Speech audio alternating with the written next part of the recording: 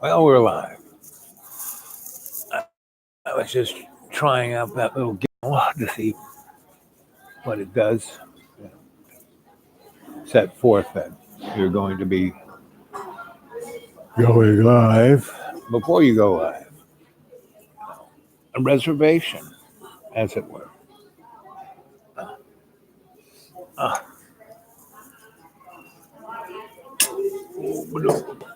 so, do you guys know what this is?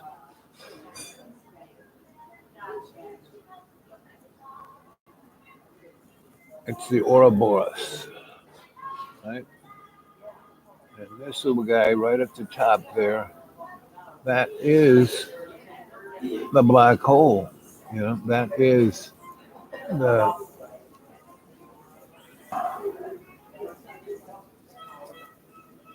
dream hole. The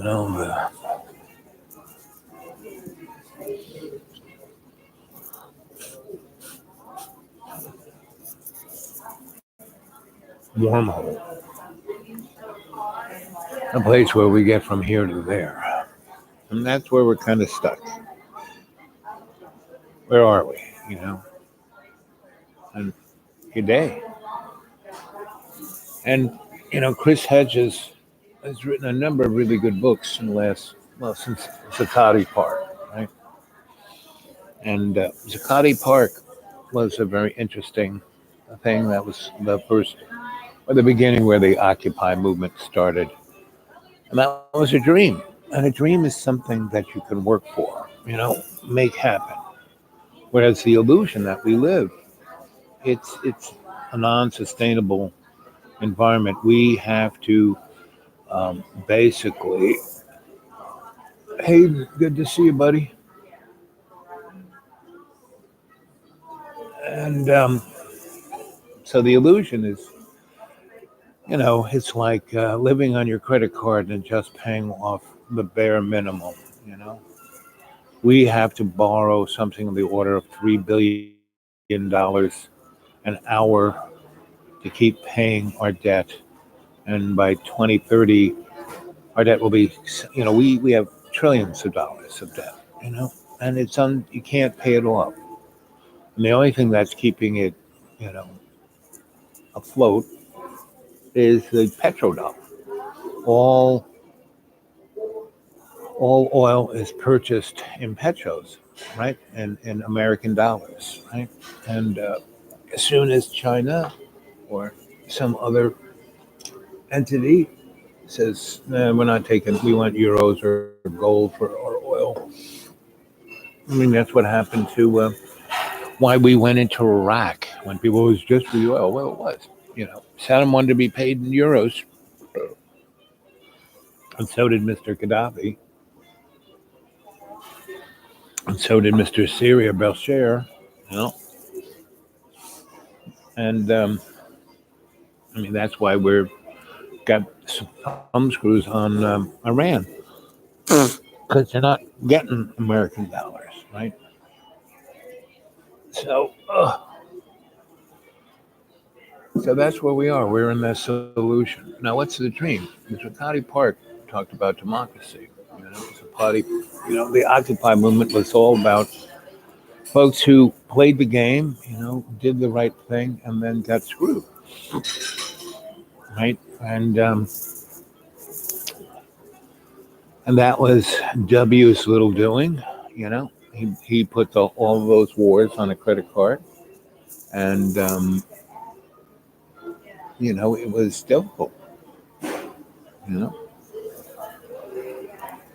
then Mr. Obama came, and he was again just an illusion. Oh wow, look, we got a black man. I'm more black. I'm an African American that's melanin challenged. So um, let's see. Yeah. So and there was a lot of people call themselves a libertarian, right? And what is libertarian? But it is the Koch brothers' vision of fascism in America. And James Buchanan, the economist, go look that guy up. He got a Nobel Prize, and his little idea of economy is that of libertarianism, that it's theft for rich people to have to pay taxes, right? And pay for things like roads and fire stations and police and hospitals and housing, for everybody else, They would much rather see toll roads, and have fire departments and police departments be subscription. And if America went that route, the Mike Pence, Donnie Chump route, we would be living in basically the Handmaid's Tale. So, question is, what do you want? You know, Uh, we have a number of large, big man states. China, Turkey. Look what Turkey's doing. And Donnie Trump said, "Sure, go right ahead," and he pulled the Americans out of the way, and ISIS is going to come back, and ISIS was just a mechanism that was put there by again the fascist elite. We went into sweetie. Could I have a little more hot water when you got time? Okay. Oh, you know, when we went into Iraq, we put in what's his name? We made him the caliphate, right? He was the you know basically 3/4 of all the employees in Iraq were on the corporate, not the corporate, the business, the government, the police, the hospitality, the roads, the power, the water. All of that was run by the state. And I had visited there in the early 70s, Iraq, and all the trains were on time and everything worked. And you could get, a nice sandwich for 50 cents. And everyone had a job and everyone had a business or three. And you could walk in Baghdad at 3 in the morning and, no one mugged you or held you for ransom or shot you because you were a different religion. Now that's not the case. And all you have to do is look at Bremer. That's the guy. We put Bremer in charge for a year, and he destroyed North Africa. He destroyed the Middle East, right? And this was all done with the assistance of our two main allies, Saudi Arabia, which is a country named after a family, and Israel, which is not even a Hebrew state, right? And it's definitely not what its constitution says. Its constitution says it's a non-pluralistic, state for everybody, but it's there for a place where Hebrews can go when need be. But they brought in, a bunch of Hebrews from Africa, Somalia, um, and about 20, 30,000 to beef up the population of Israel because there are only like 6 million quote unquote Jews on this planet Earth. Yet look how it's swayed by its politics, right? Now, someone might call me an anti-Semite for even broaching that subject, but what is a Semite? A Semite is anyone from that part of the neighborhood. You don't have to be Jewish to be a Semite. Muslims are Semites, Persians are Semites. You know, so all you have to do is go watch David Icke. I mean, he's got so many shows up on about what's going on, and what do you got to say about it? So there's four people. We've been talking for 10 minutes. Um, Aiden, tell us what the Gulf of Oman incident was, or is, or what's going on. We really named after Andrew Jackson.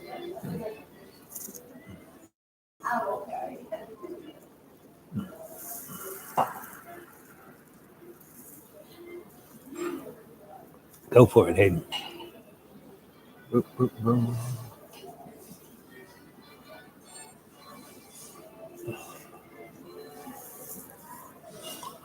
Oh,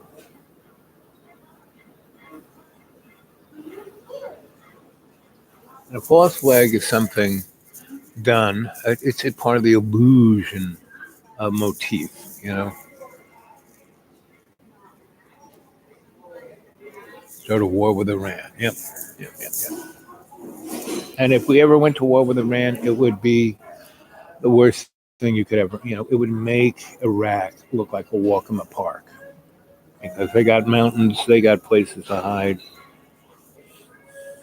I mean, look what, Turkey is going into,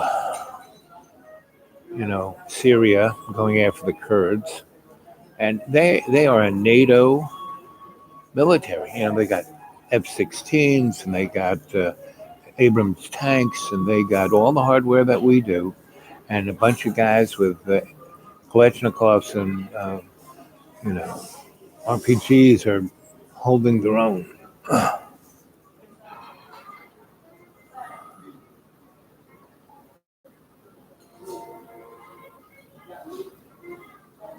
Yep. Gulf of Tonkin. Yep. And when we got into the Vietnam War, thank you, Princess.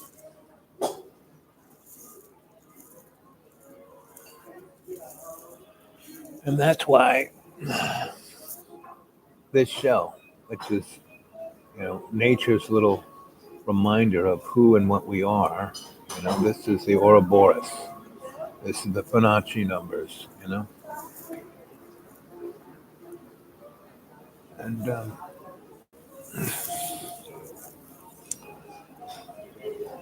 and all of this, I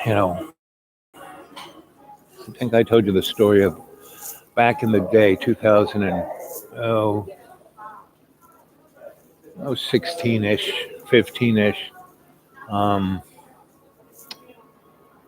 One of the first times I was thrown under the bus.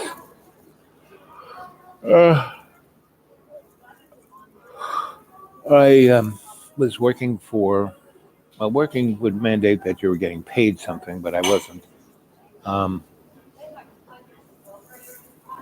was volunteering. That's the word. A friend of mine became a minister. Can I see your menu? Mm-hmm.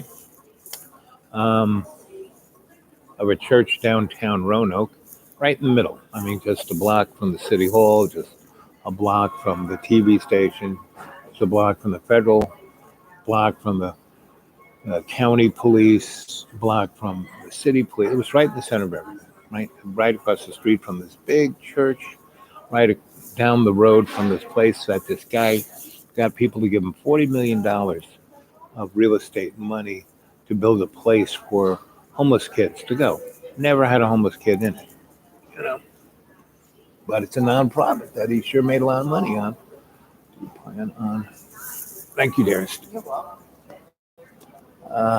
Recording the stories that we're off of John's channel. Yeah, there's not much I can do about it. I can. You tell me the story to tell, and I'll tell it.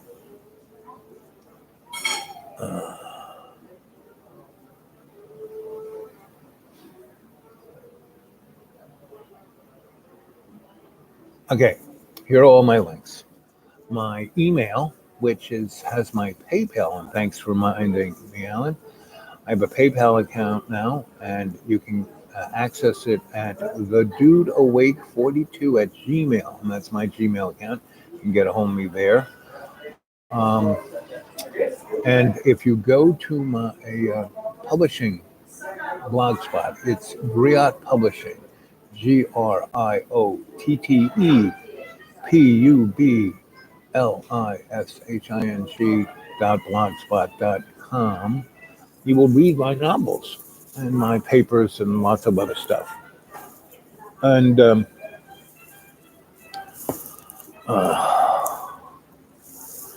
I've had breakfast.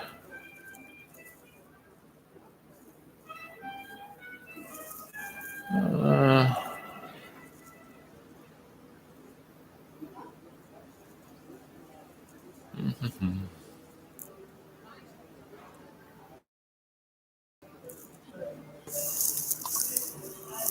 yeah, look, I haven't made up my mind.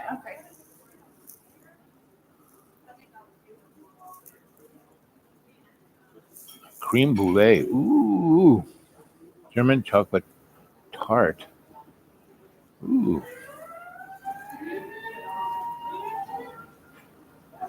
Bunt cake. Banana Foster. Ooh.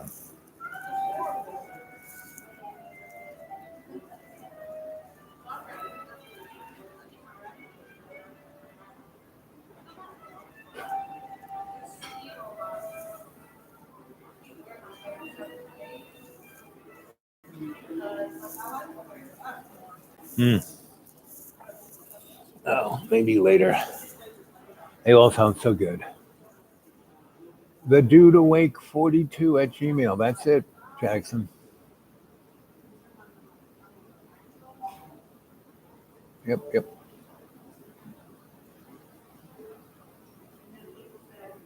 Okay. So, I don't know why John takes my shows because, his get, I mean, he's got, I don't know, 20, 30, 100,000 subscribers. We need more subscribers. Here on Dreamy Dreamland with Sensei Bob. Come on, get your buddies. A few people like Skyhopper. Why did Skyhopper? What happened, buddy? Where'd you go? And Nice Wee Banana. Just because I can't pronounce your name doesn't mean I don't love you. I love you all. You're all my adepts. So, what can I say? Ooh, do.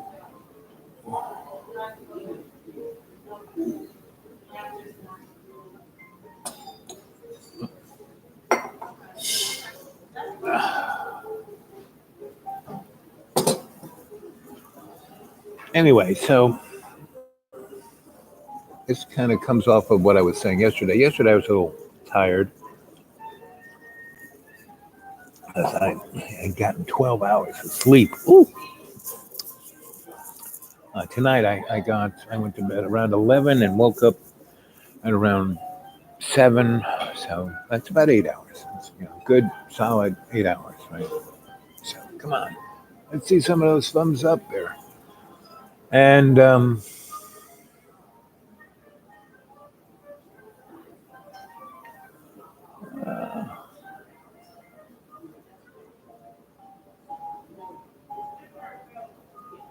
yep, that's it. Dude Awake 42 at Gmail, right? That's where my. Ay.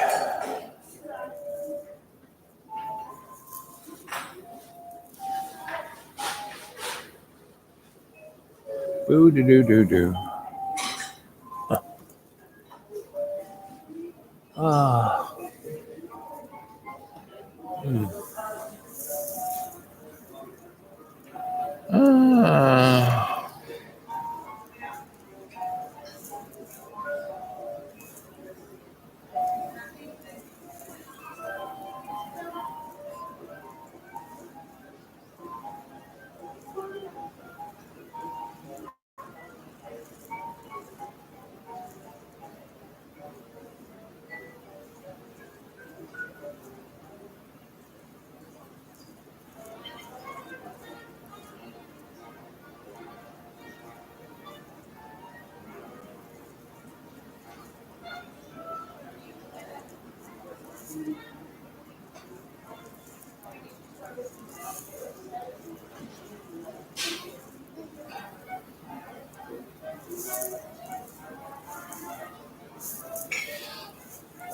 Ugh. Ay, ay, ay. Anyway, what it's saying here? Uh,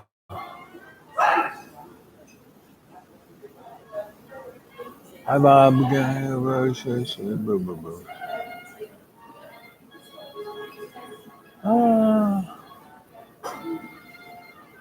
Sweet dreams, Mr. Jackson. Sweet dreams, sweet dreams, sweet dreams.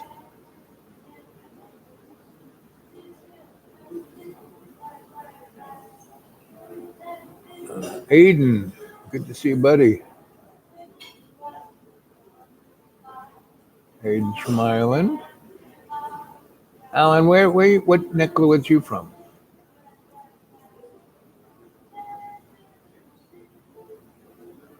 Uh, uh,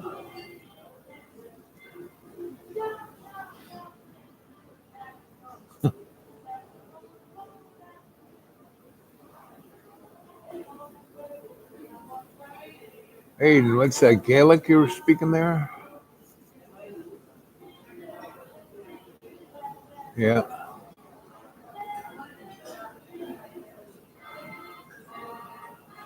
Oh, you're near Belfast. I love that town. I don't understand why Northern Ireland just doesn't become part of Ireland and they come together and they turn Northern Ireland. I mean, Northern Ireland already is the Silicon Valley of Ireland. Why don't you just call it California, right?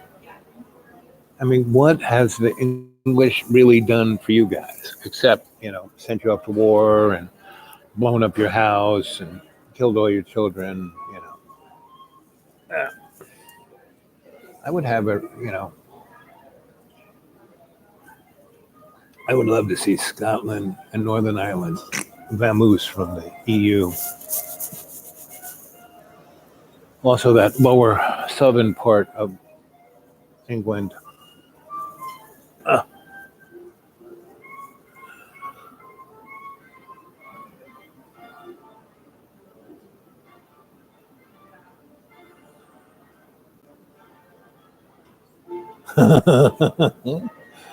uh,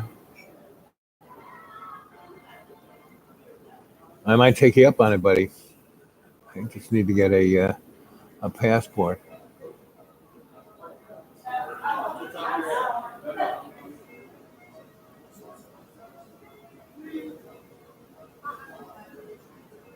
Yeah, I mean it's like just belonging to a different club. I mean, when I lived in Ireland, it was the height of the troubles, the 70s and 80s, and I remember, and I would get there, go from New York to England, England to Dublin, right? And I used to take the Freddie Laker airplane from New York to Heathrow, $65 one way, like taking a bus. And then there was a flight, less than, around 100. Or if the weather looked nice, I sometimes took the ferry, took the train down the Swansea, went to Cork, because I had buddies in Cork. And, but I remember being on a line in Heathrow, and some moron American was making jokes about, why we have to go through security. He was making a lot of rude, inappropriate, politically stupid um, jokes, and it was definitely American. And they came and literally put a bag over his head, SA7, put a bag over his head and dragged him away. And I tried to tell him not to kid around like that.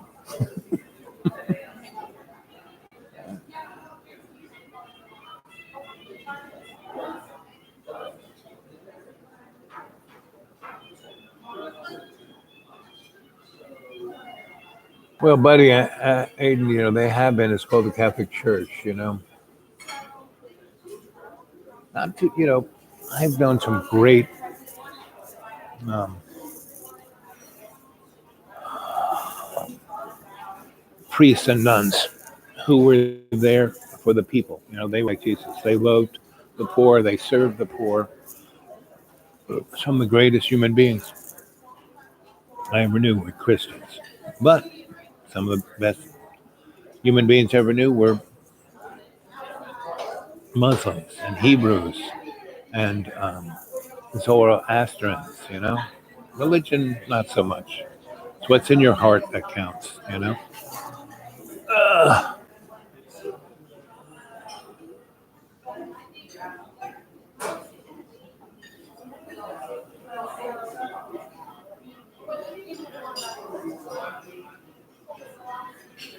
okay.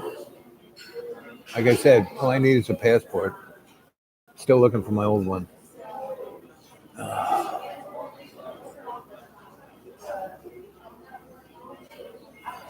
yep. Concor when I was a child. Yep. Uh, a good friend of mine said, wherever you go, there you are. And that's what I found in my world travels is that wherever I went, there I was. But when I tried to understand my hosts, the people whose land I was in, and respect their traditions and who they were, I was treated amazingly well. Right? And then we could co-create and make something amazing, right?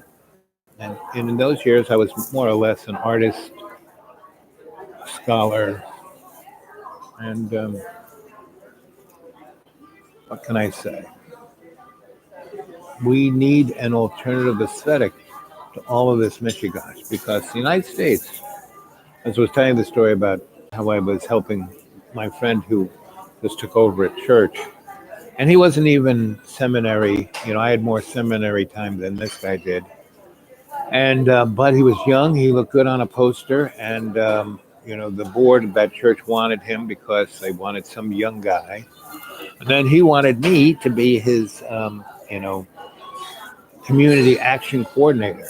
And so, their church went from I don't know a few hundred down to like 20 because they were all old people. Like there was a bad flu and it knocked out more than half, right? And so. They said, "Oh, we want to be remembered as a socially active church." Well, I made it socially active, and I started. They had a beautiful downstairs, like a big hall, a dining hall, and a big, beautiful kitchen, a garland stove, 9 burners. Anyway, so I started feeding the poor, and having a thing called the No Fear Cafe, where people could come in. I found these 2 grandmas from Jamaica who made amazing Jamaican food, and it was the hit parade. And I was the maitre d', and I sat one judge, a couple lawyers, a couple cops, a few homeless people, couple people working at the doctor's office, a librarian, a very diverse, because these were big tables, 10 people tables. So, and I would start the conversation off about, so judge, have you ever lived like a homeless guy? And I'd be dressed like this, right? Except I'd have a, uh, a towel over my thing and a little, well, where he had the mustache. And we'd start talking, and then I would move to the next table and seat more people. And I would get 5 or 6 tables that were that diverse and having really amazing conversations. And the way to get around everything, lunch was a donation, right? So I would bring they had these little baskets they use upstairs to put the contribution in. I would come by and say, okay, now this is all donation.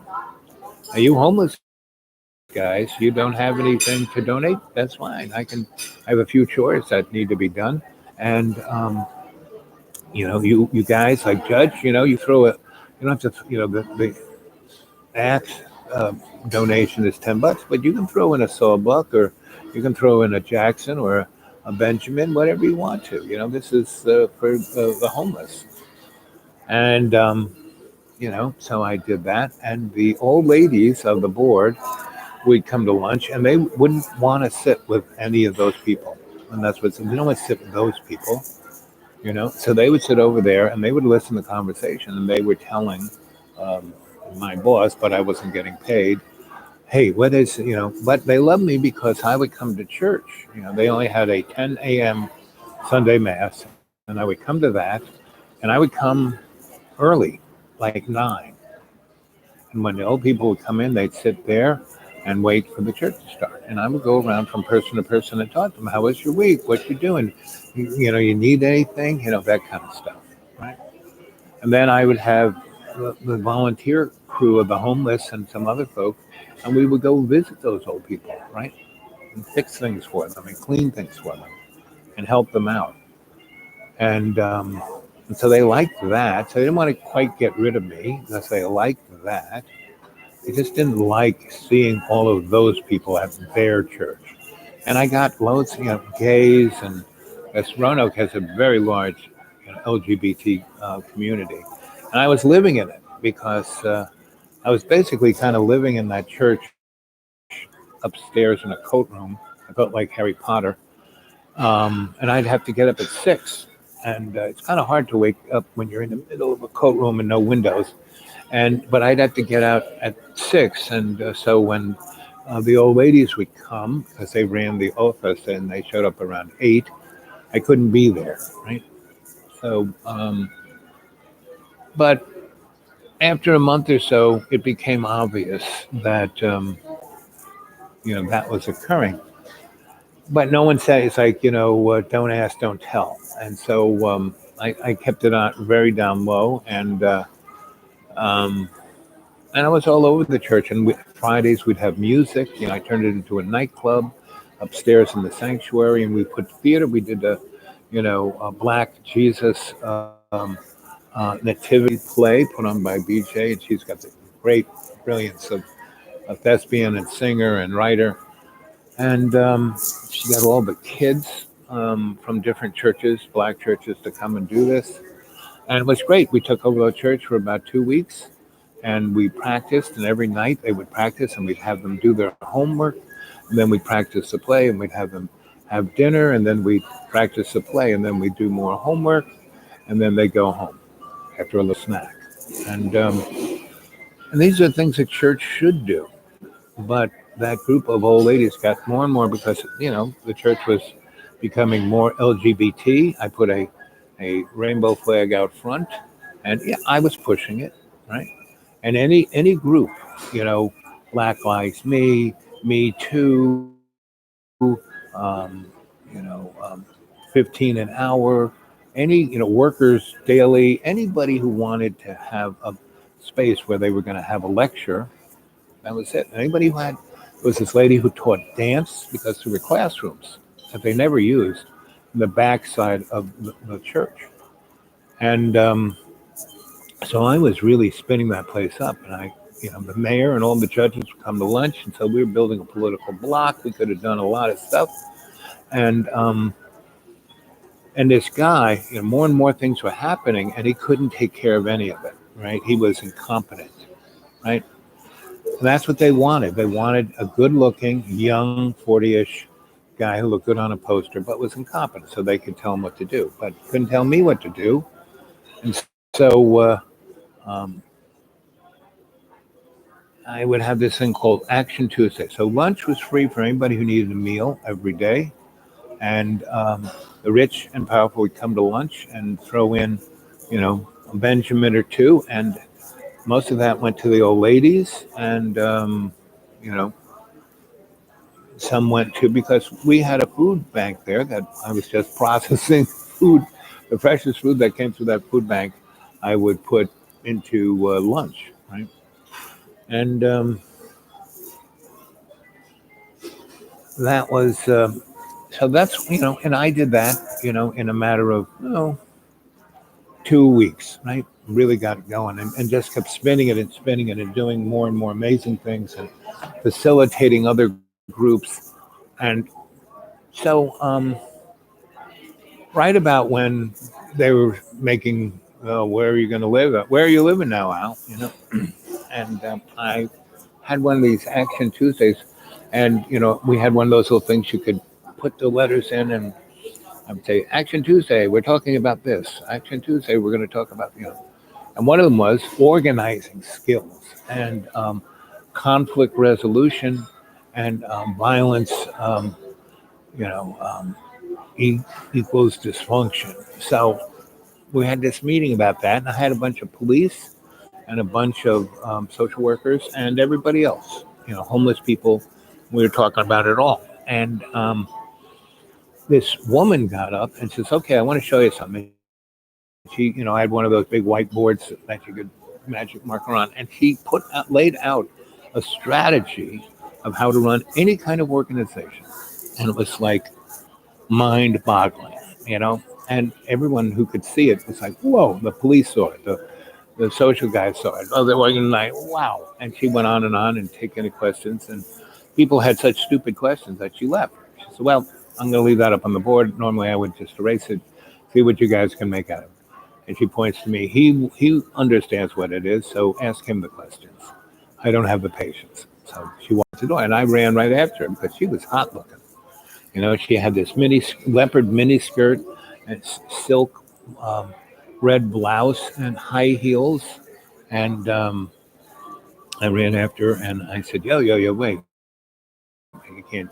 What's your name? Let me write it in my little notebook. What's your phone number? You got a smartphone here. Dial my phone number. Push ring. Ring. See, there you are. What's your name? I put her name down.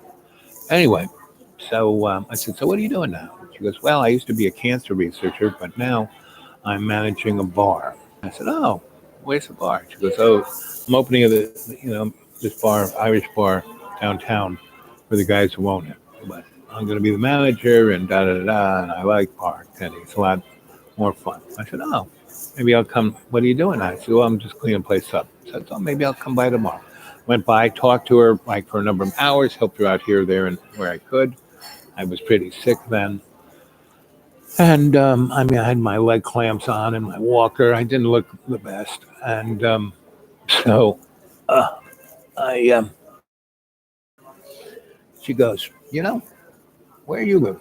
And I said, oh, here and there. And she goes, well, I need a roommate. You want to be my roommate? And I said, yeah, how much do you want? She goes, just $200 a month. I said, is that everything? Utilities? She said, yep. She goes, yep, that's it. $200. And I just happened to have $250 in my wallet. So because the rich people who came to lunch realized what was going on. Those guys were not dummies. And so they would, I'd walk them out and they would slip me a Benjamin or two, right? Because they knew that that church wasn't paying me anything, because nobody who was getting a paycheck would be doing the stuff that I was doing. And that's what one of these judges said, goes, so what are they paying you? I said, and he goes, nothing, because nobody getting a paycheck would do what you do. Scared that they'd lose their job. Look at the guy who runs the place. He's scared. He doesn't take any, he just always lays it on you. Anyway, so basically, I kept doing that. I moved in with the LGBT girl. And the only reason that the minister, head guy, kept me there, one of the main reasons, because I was his shrink. And I was giving him ideas that he could parrot as social, activist that he was, int. And, he was getting all these Vista rejects. Nobody wanted them, so they worked for him, and they were making more trouble than they were worth. And so I was there as, their shrink, get everyone so they could somewhat do their jobs. And the gay lady, she said, I said, I could get you a job here to run this place, and they would pay you maybe $500-600 a week. And she was getting tired of because she was just a slave for these guys, and they weren't going to let her really do what she wanted. So she split them and went to work for him. And, she was great. And she, there was a keyboard downstairs, but there was a pipe organ upstairs. And she learned how to play the keyboards downstairs and then went upstairs and played and she never played the keyboard. She could within a week. So we were always having organ music, and the music lady came, instead of being huffy about it, she was like, oh, I'm now the sister, right? So they were doing musical things, and the church was just taken off. And so Everything was great. We were having this really great music. And at that time, Roanoke still had a little bit of its edge of music town. Hey, Robinson. Anyway, so we were just taking, and I was going out to all the churches, 600 churches in Roanoke Valley, and maybe four did anything for the people. But the Christian entities like Goodwill and United Way, even though they don't call themselves Christian, they definitely are. And all the other churches did zero. They were just open from 9 a.m. till uh, noon on Sundays to pass the plate twice. And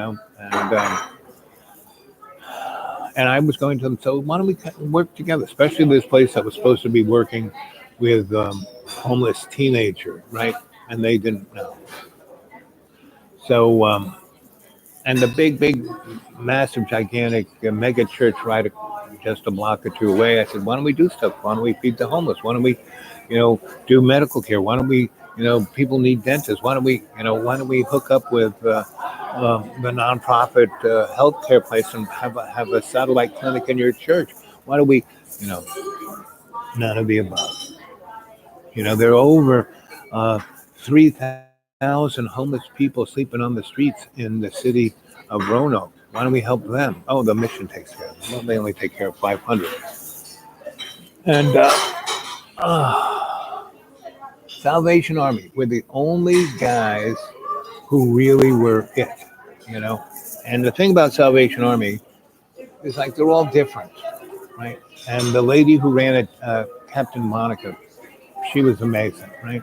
But now she's not there, and some other guy's there, and he's not. He's nice enough, but he's not that amazing. And I'm here, and that's 200 miles away. That was then. So this worker day guy, union guy, came over and said, "Hey, I hear you got this Action Tuesday. I I have these girls coming from the Ukraine, um, and this is just after the Russians shot down a you know a commercial airliner flying across the Ukraine, and so these girls were from the Ukraine, and they wanted to talk about what was going on there, about the how Russia took the Crimea, and what was going on, right, and the whole story. So sure. So I called up a bunch of what I call the usual suspects, people who are quote unquote liberals, and want are progressives, and so they came, and I made a big pot of soup, and I made a very Ukrainian meal. I made borscht, and I made stuffed blintzes, right, and with uh, sausage and cabbage and stuffed peppers and really good tea. I went over to the Greek store and bought some really good tea from them. And what else did I have? Oh, I had at the Greek store. They had the Greek pastries, the little honey fillet with nuts in there. Anyway, bought a bunch of that, and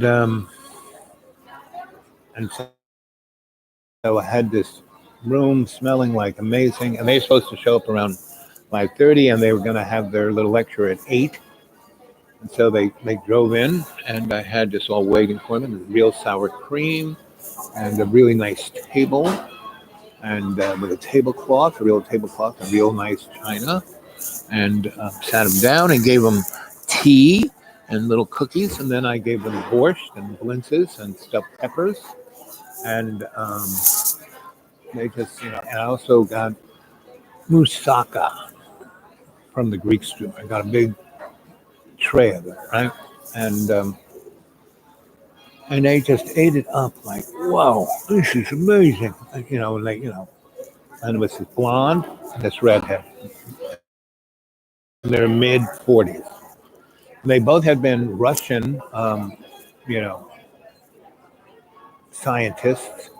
One was a shrink, one was an engineer, and they, worked for their military. And then the Iron Curtain came down, and so the lady who was the engineer was really an artist. So she moved to New York City and became a pretty well-known artist. And the girl who was a shrink started an advertising agency focusing on bringing EU businesses into the Ukraine, right, and moving the Ukraine towards being part of the EU. So she was part of that whole political whoop-de-doo that was going on. And she was, all her father was Russian, so she had a Russian passport, dual citizenship, right? And so she hadn't quite given up her Russian. She spoke, perfect. They both spoke perfect Russian and Greek and English and French and German and Turk and you name it. Everybody who was around them, they spoke the languages. And anyway, so they're having this meal and they're telling me the story, right? And the story is that so the Iron Curtain fell for about 9 years. Things just got better and better, and Ukraine became a really semi-well-to-do town, and so they are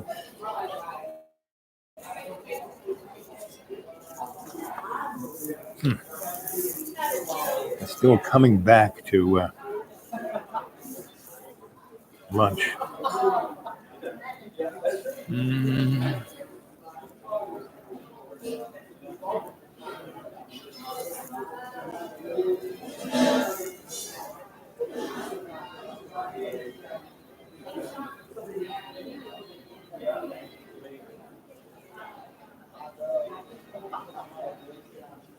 Mm. Oh, so I made up my mind.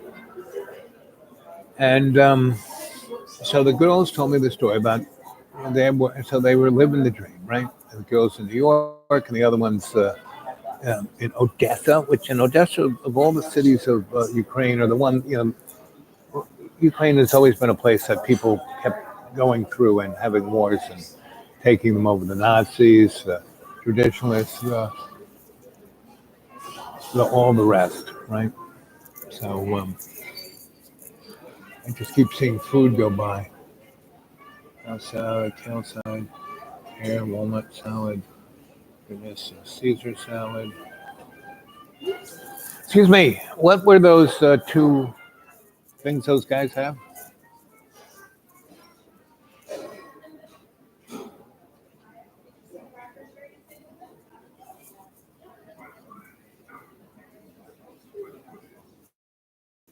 Salads. What kind? Pear and walnut and the house. Ah. Looks like they had a chicken. Boy, those guys got a lot of food. I should just take half of theirs. Yeah, there you go. I'm gonna have, you know what I'm gonna have? I'm gonna have your Angus cheeseburger. Angus cheeseburger. How did you like that cooked? Medium? Medium.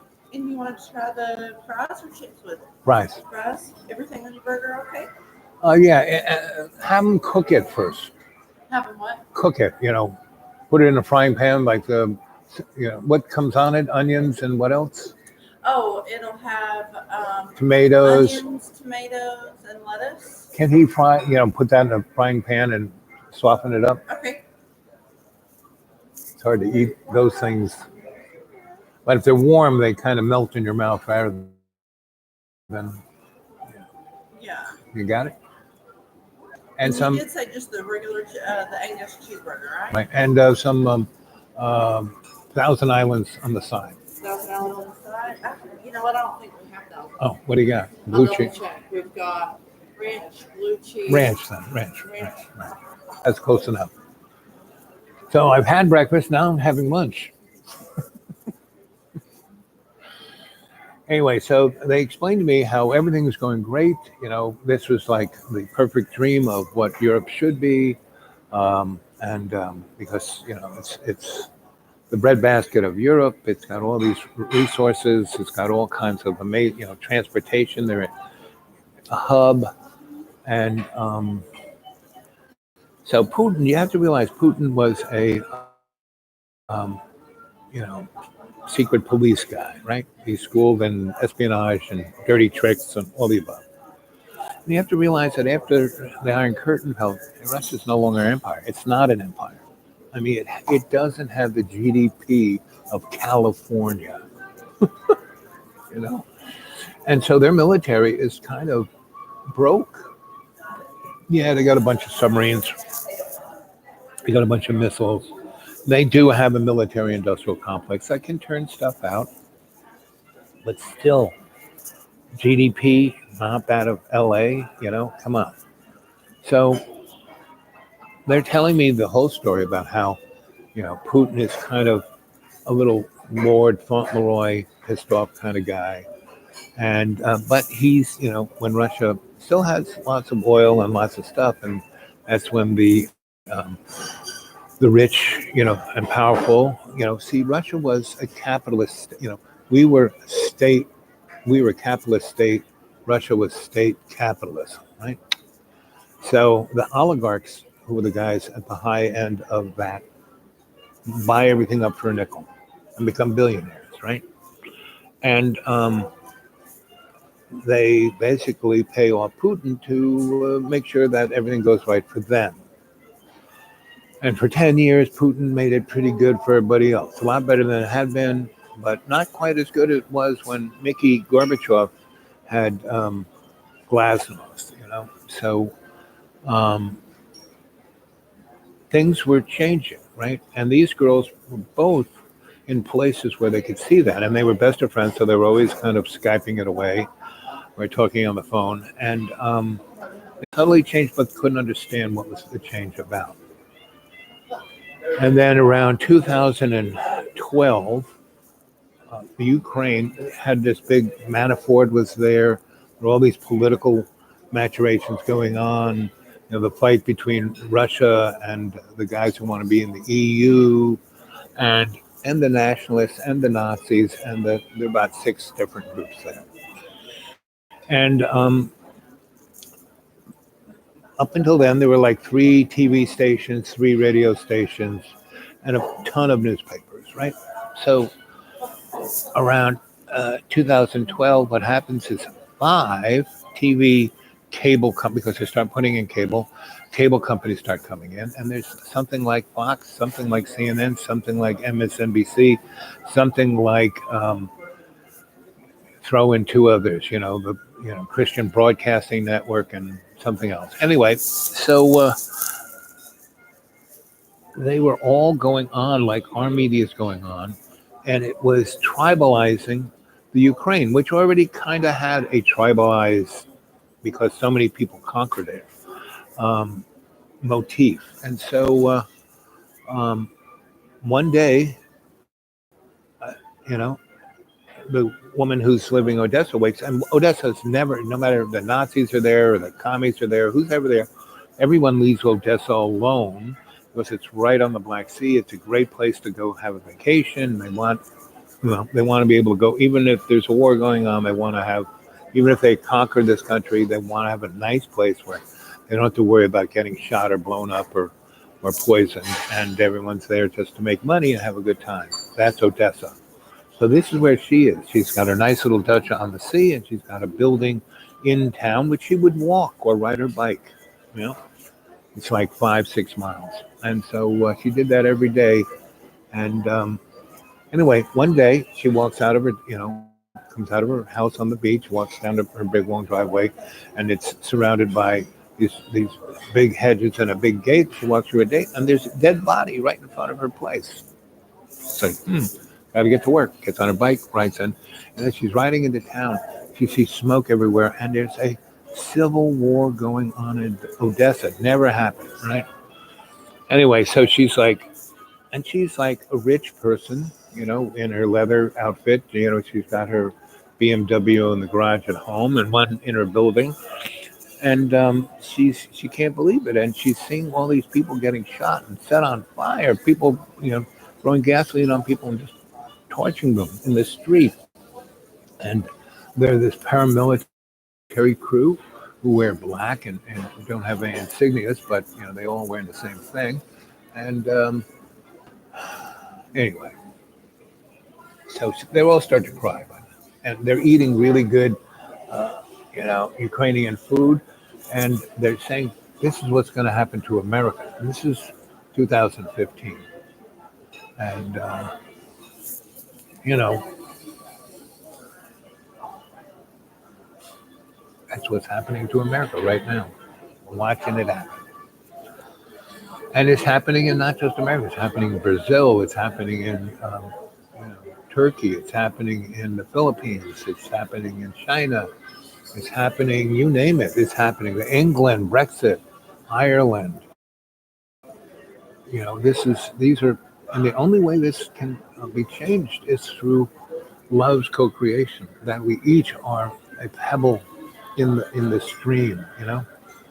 So I give them this beautiful meal, and then I take them up to the kids. There's a place up there where the kids' daycare center is, and they got these nice mats. So put them on the mats, put a little pillow under their head, put a blanket over them, and said, "Sleep an hour."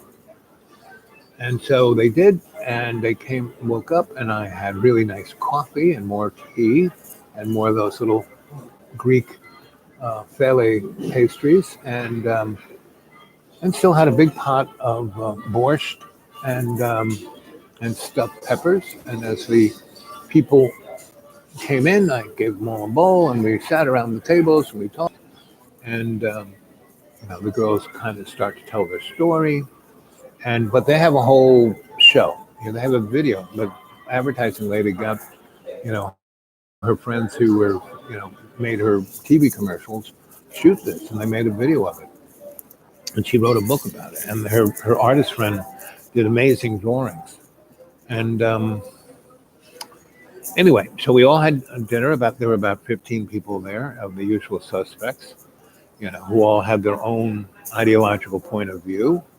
And they, there were the Obama folk, the Hillary Clinton folk, the Donald Trump folk, the few other folk. And anyway, so they were all chomping away. Oh, this is great food, blah, blah, blah. And there were a couple of very strange people who just couldn't sit down, And I, said, okay, we're going to have a show now. And we got them all together and they watched the film. This movie was like, because it showed them, setting bodies on fire and all the above. And, the Black Like Me people were there. The Me Too people were there. The $15 an hour people and the Rainbow Coalition were there. So anyway, so they gave the whole story, and people were like wincing at what was going on. And this lady is an advertiser. She sold it, right? And the paintings that this woman had were just amazing. And so it came to, ask question and answer. And the lady said, okay, listen, morons. This, Ukraine is the United States. This is what's going to happen to you. Oh, that'll never happen here. Oh, Obama, is going to be president again. And Hillary's the best thing since cream cheese. Oh, and everyone had their faction and no one listened to each other. And they just, the two girls were just sitting over there, like, right? So I kind of basically said, okay, you see what it is. So let's take you back upstairs and, why don't you catch another nap? Okay. Your guy there tells me you're going to hit the road tonight. I said, I think we should get a motel room and we should party, but you should sleep. So they did. And so I came back down after putting them back on the mats, and people were going on about, Bill Clinton and Hillary and Donald Trump, and, it's like unbelievable. And I looked in the kitchen and there's a guy in there, and he's one of those guys who wouldn't eat and sit down. And the other one left, and he was going through the drawer of knives.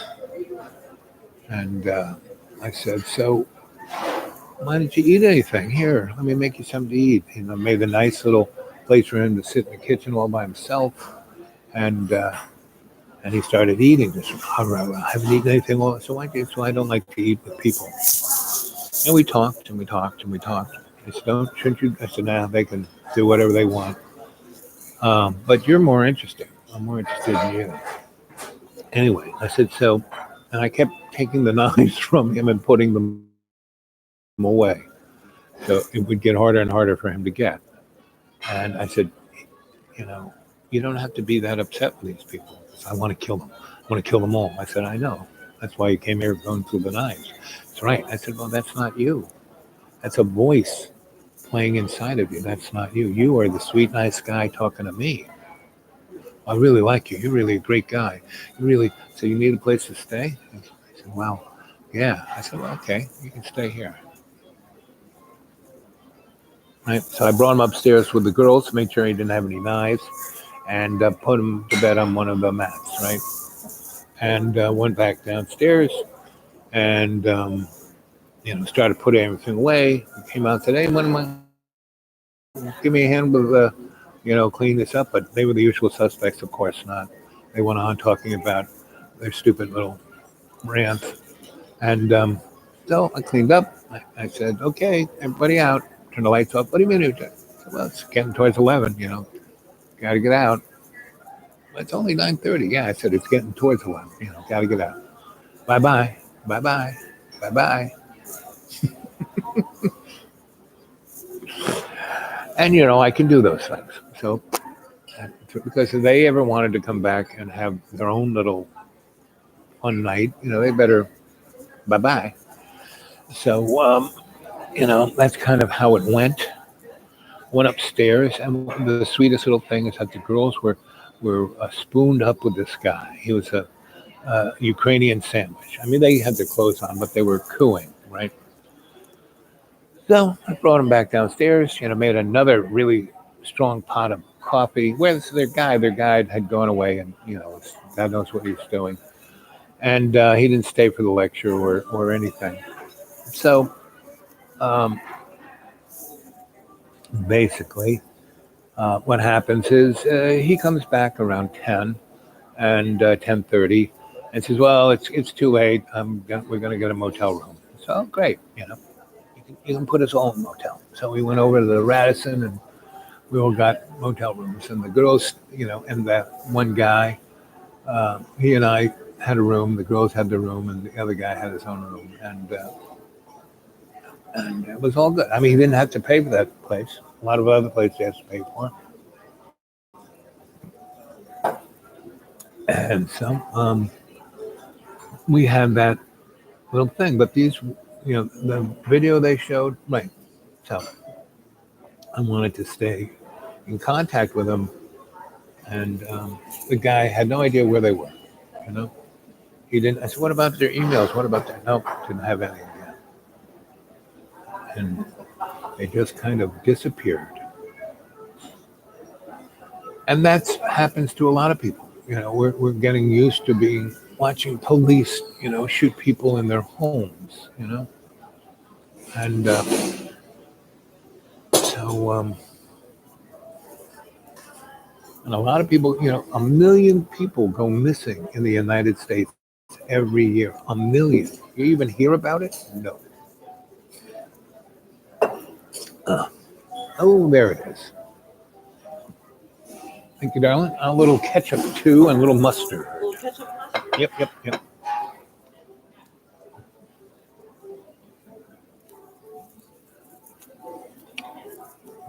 Good price. So it's an hour and 4 minutes. So when it hits 11, I'm going to sign off. So think about all I said today. Play it over again.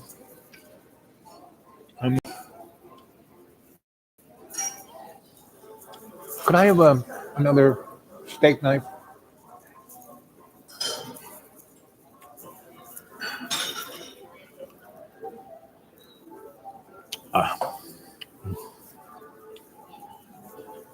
Can I have a steak knife?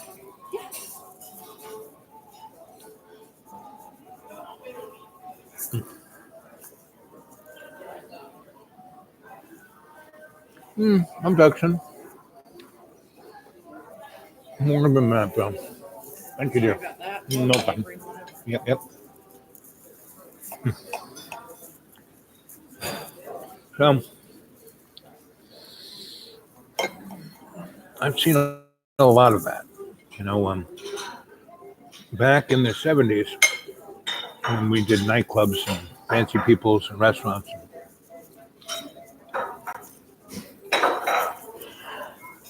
things of that nature, we built a nightclub called the Tunnel Club in New York, and it was part of Penn Central.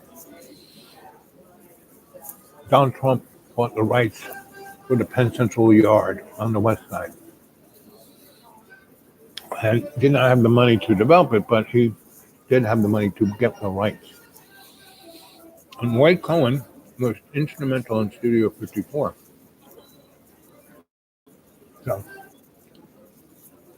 the guy to the Tunnel Club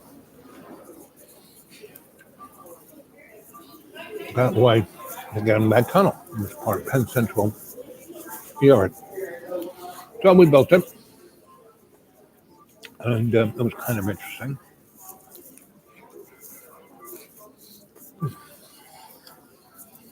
So on the west side, kind of went into the yard and went through the tunnel to get into the club. And so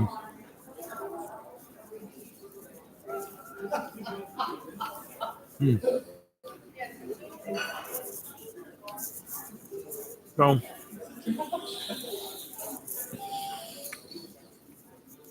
as we built it, every so often, homeless people would come walking through the construction site.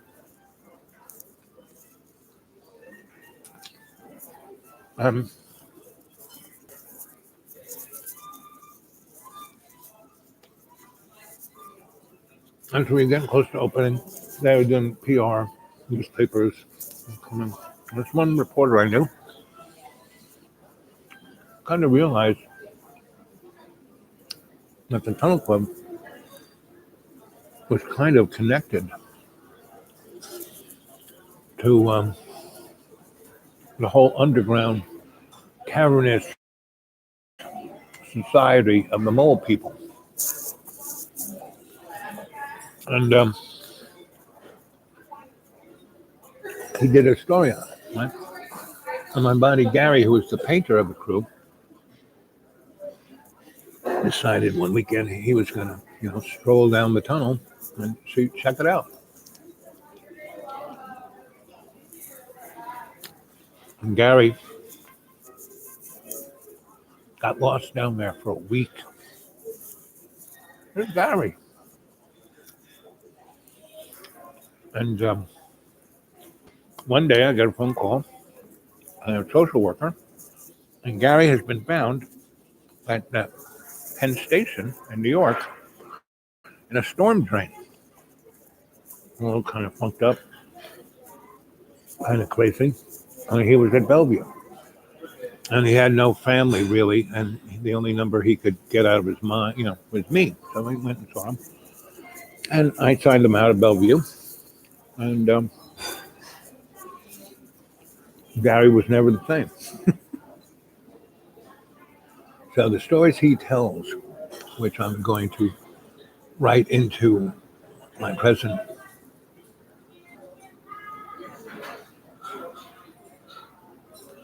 he's rude to the human race. But he's more than rude. He is a megalomaniacal predator, misogynist, every other word, blah, blah, blah, blah. Now, you have to realize where he grew up in Queens, that was how everybody was. And his father was His father got arrested at a Ku Klux Klan thing wearing the hood. They had enough money to pay not to be listed as a Ku Klux Klan guy. Donald Trump, Red Trump, Donald's daddy. And Red Trump had given Donald over $60 million. Not just one month. They kept bailing him out. And then writing off on his taxes. A lot of rich people give their kids money so they can write it off on their taxes. Hmm.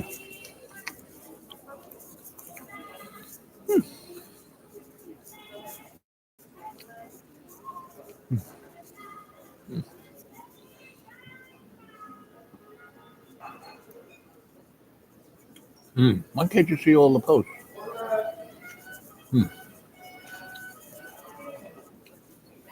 But anyway, Donald Trump has just been put there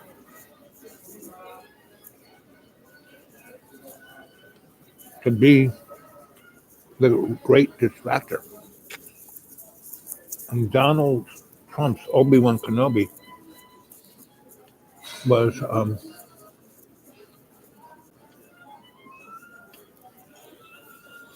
Roy Cohen. Roy Cohen was the guy who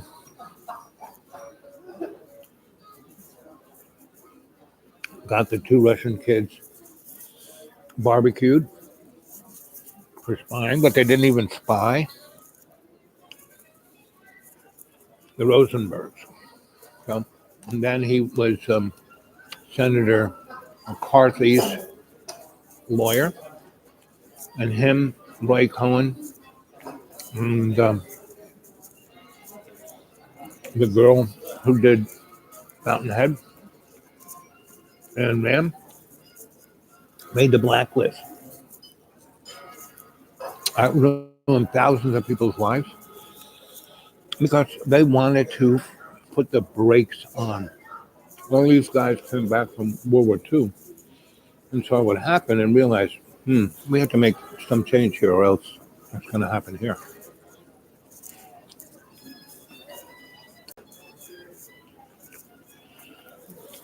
So they took the true progressive nature of American politics, which was multi-partied system, multi-pluralistic,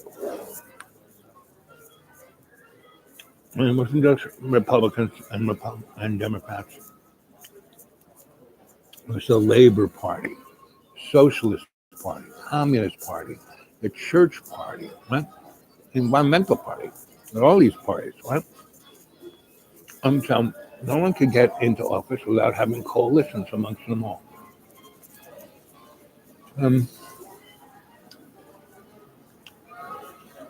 That's kind of where it was and what it is, what's going to be.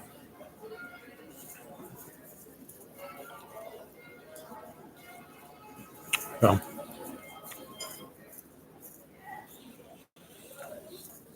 and that's where we are right now. So go watch, on Hulu, Handmaid's Tale.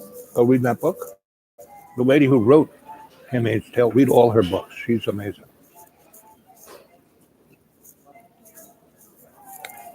Go Google Chris Hedges. Go read all his books. Go up to my playlist. All these guys are on there.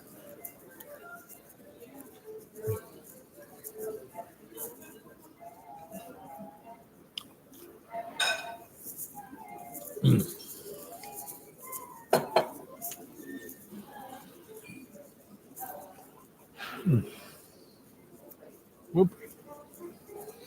It kind of went by when I said I was going to sign off.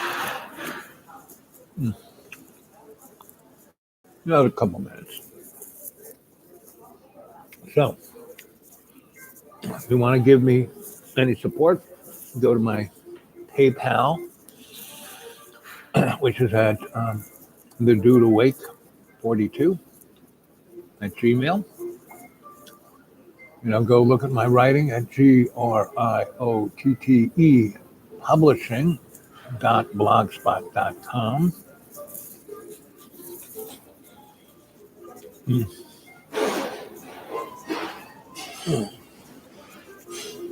They make good French right there.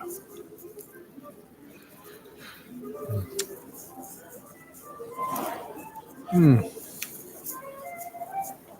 Mm.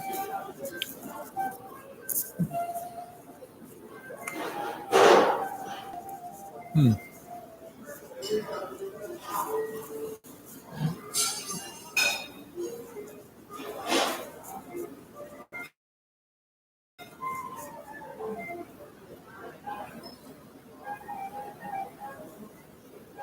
Report remove. Mm. Mm.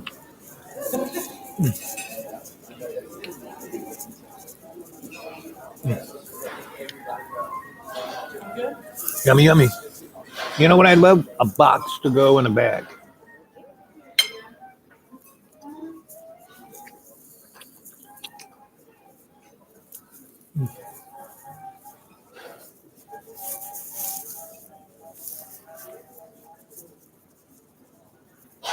Mm-hmm.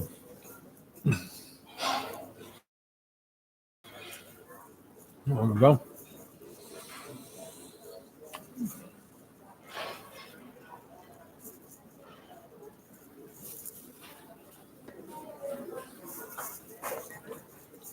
Mm.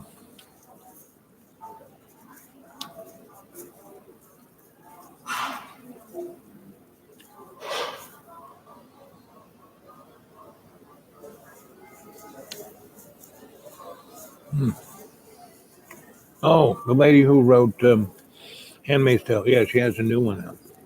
She's got a lot of them.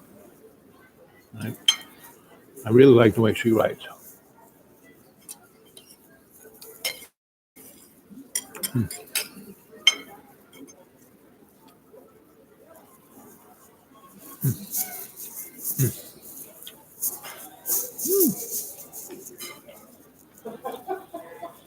Mm.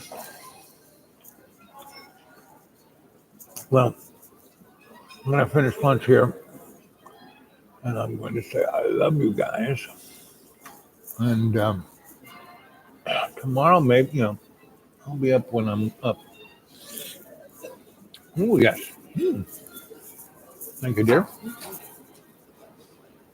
Yeah. And remember the Ouroboros. All right? Okay. Love you guys.